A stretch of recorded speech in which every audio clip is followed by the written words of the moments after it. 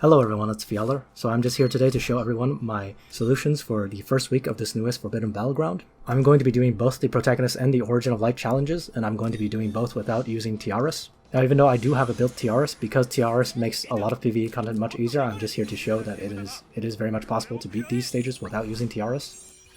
So starting off in this Protagonist solution, first I'm just going to be setting people up. I'm going to sprint with Matthew so that people can actually reach enemies. I'm just going to normal attack with Almeida against this priest right here so that he can be afflicted with mobility down. This opens up the Sheikah Mage to be attacked by my other characters, and in my opinion it is very important to take out the Sheikah Mage early on. The Sheikah Mage has a black hole style AoE that can shuffle around all your characters. So if you don't kill them early on, it can lead to a lot of chaos in this fight, and you know, it's going to put your ranged and your DPS units out in the open to be killed by a lot of these other enemies, and you really don't want to deal with that. It's just going to lead to a lot of frustrating resets because it adds so much RNG to the fight just right at the beginning. So this aquatic general with the Lizardmen right here is probably the most dangerous unit at the start because his Aqua Blast is strong enough to one-shot many tanks. My Landius and my Leiden can both tank this guy, but I think a lot of people will have trouble tanking this guy because Aqua Blast is such a powerful move.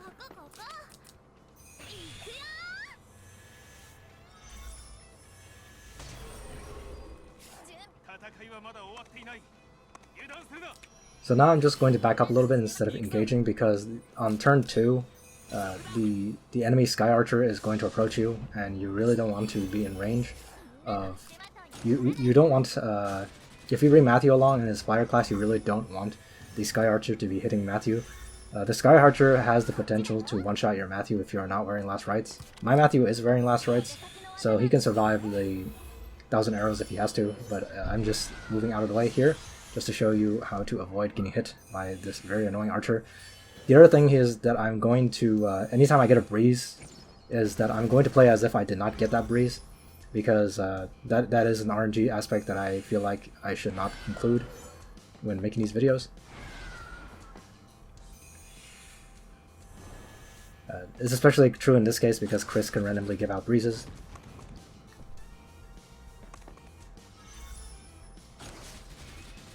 So Landius is taking a lot of punishment here. Landius is about to lose his first life here, and this is why I choose Landius here over Leiden.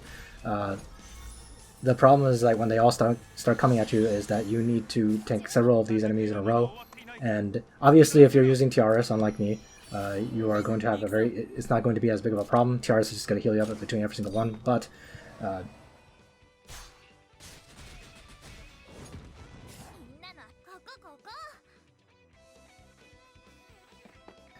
if you do not have Tiaris ready, you do need to back up a little bit, and the revive on Landius is really going to save you. Leiden can get a revive with his special weapon, but it's just so unreliable, and it's pretty much never going to happen when you need it to.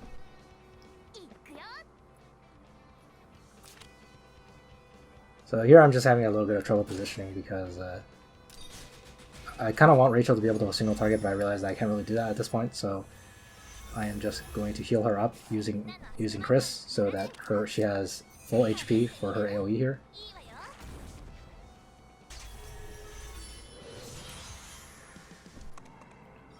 So another reason Landius is much better than Leiden here is because if you take a look at that Sky Archer and this Mist Dancer, there's quite a bit of range damage on this map, and obviously Landius is much better at tanking that. So right here, because the Mist Dancer will be down my Landius, it just means I need to tank a hit with my healers and my mages, which is not a problem because they're pretty much all at full life.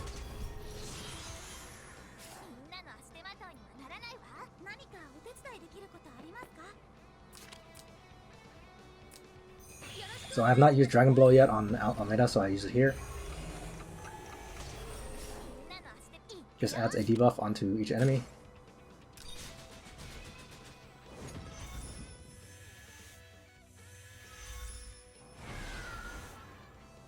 So you can see me getting all those breezes, which, like I said, I'm not going to take advantage of.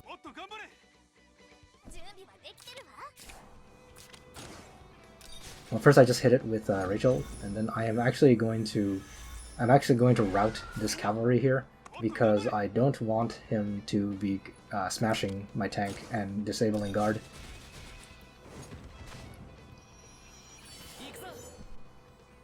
And I just back up out of the way because I don't want the Gargoyle to come in and hit Landius this turn. So here comes 1,000 arrows again. This 1,000 arrows does add another layer of RNG to this fight because, you know, sometimes you will get the wrong buff dispelled, and that is just the worst. If you get your guard dispelled, that's probably the worst one. Getting your attack buff dispelled is also a problem. So right here, the squid wastes his turn tentacling Landius so that he does not eat his second life just yet. So this next turn, Landius is going to die, but, you know, he's pretty much he's done his job at this point. And I just need to clean up from here.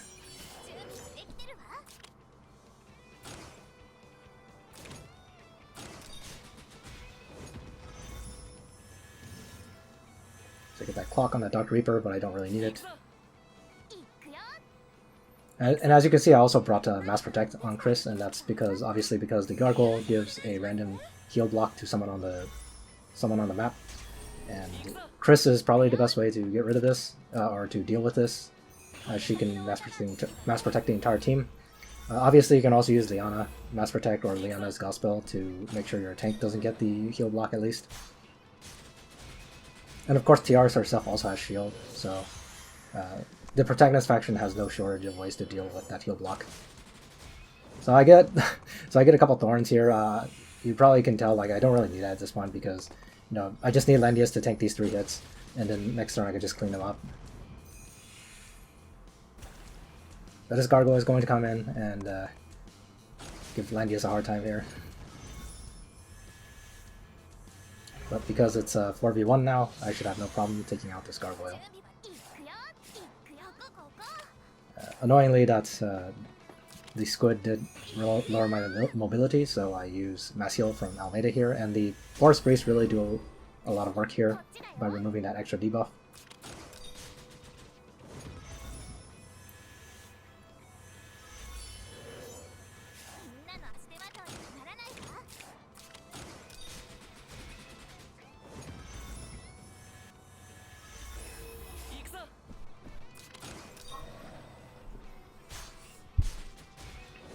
And with that, that is the solution I used for the Protagonist challenge, for the level 70 fight. Let's move on to the Origin of Light fight.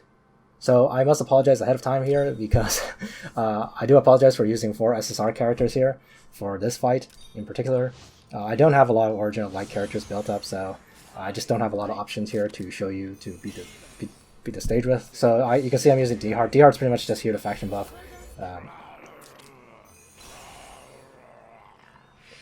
And just like with the Protagonist solution, I'm going to lock down this tank at the beginning, but instead I'm going to use Juggler's 3-cost skill.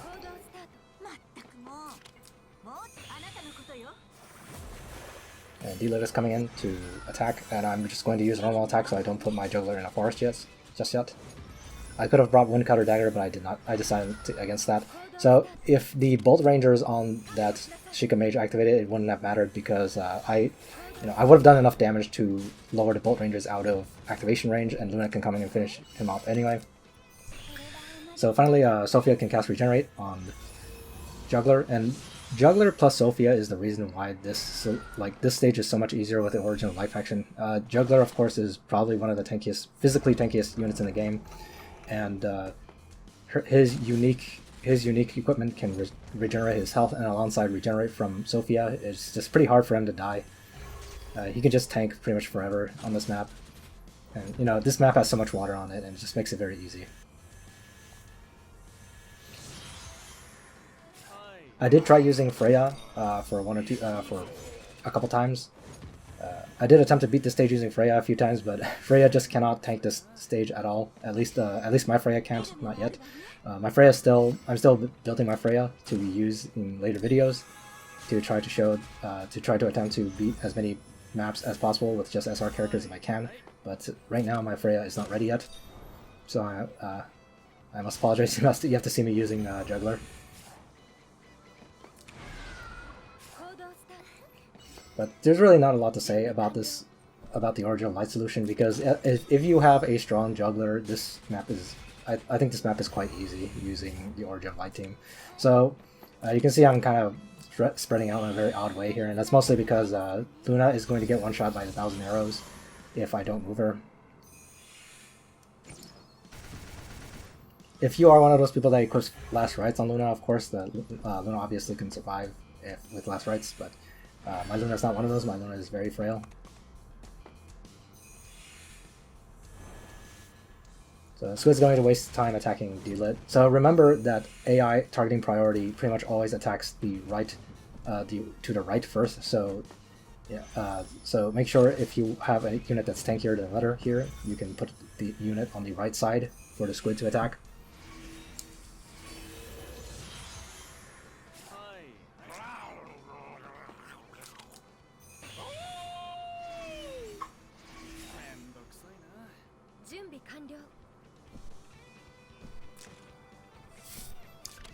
So of course the big issue with this map, as far as trying to tank a lot of it with Juggler, is the heal block that the Gargoyle can give out. You can deal with that, of course, with Gospel from D-Lit. And if you do not have D-Lit, you can always just equip a Blood Pact on Juggler, and that will be fine as well. There really isn't a strict time limit for this map, so I don't think you need to worry too much about Juggler not doing a lot of damage. And of course, once again, of course, if you bring Tiaris, Tiaris has shield.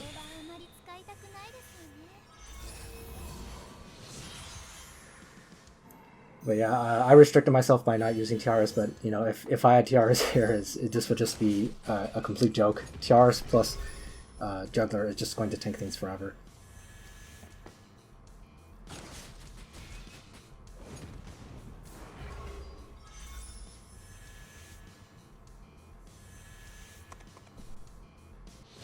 So if you move to the north from the start, like I did, you'll see that cavalry the AI on the cavalry is not particularly intelligent, so he's just going to try crossing the water to you, so that gives you a lot of time to prepare for his arrival. If you were having trouble like getting overwhelmed by too many enemies attacking you at once, then you can pretty much trick that cavalry into just chasing you, trying to chase you across the water, and he'll just take ages to ever reach you.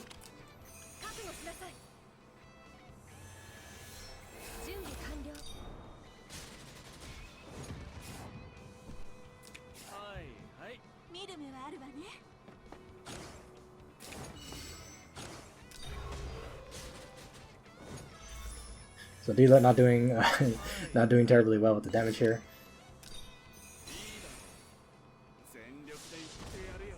And I have Juggler inside the 4-star right now, which is a mistake on my part. You are going to see me pay for it in a second here. You know, Juggler is taking quite a bit of damage here because he's on a forest tile instead of the water tile.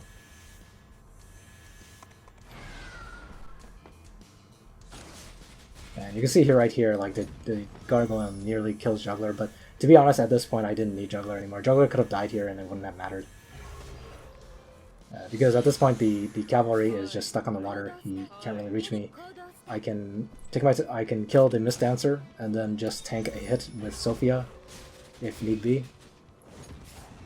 Because of course the AI using melee characters is always going to prioritize attacking ranged characters, and in my case I only have Sophia here.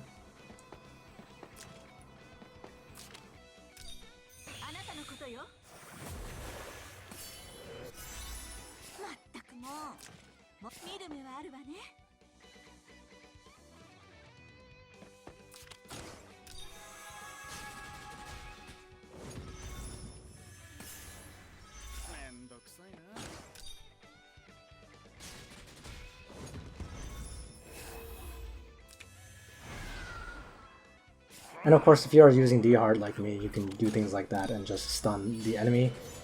Using D-Hard to finish off an enemy and then stunning them, that will also help you with crowd control in this fight.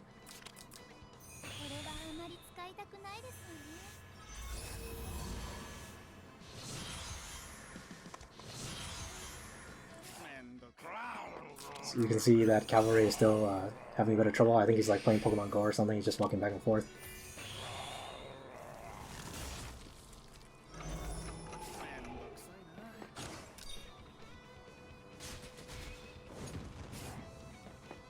So I do not stun the cavalry here because I just want him to damage himself on Juggler.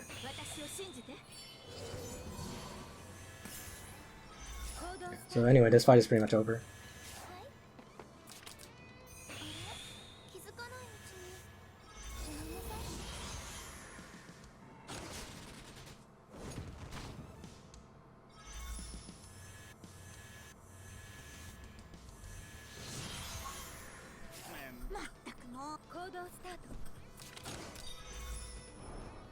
Alright, so there was my solutions for the first week of this second Forbidden Battleground. I hope you found this video useful, and I'll see you guys next time.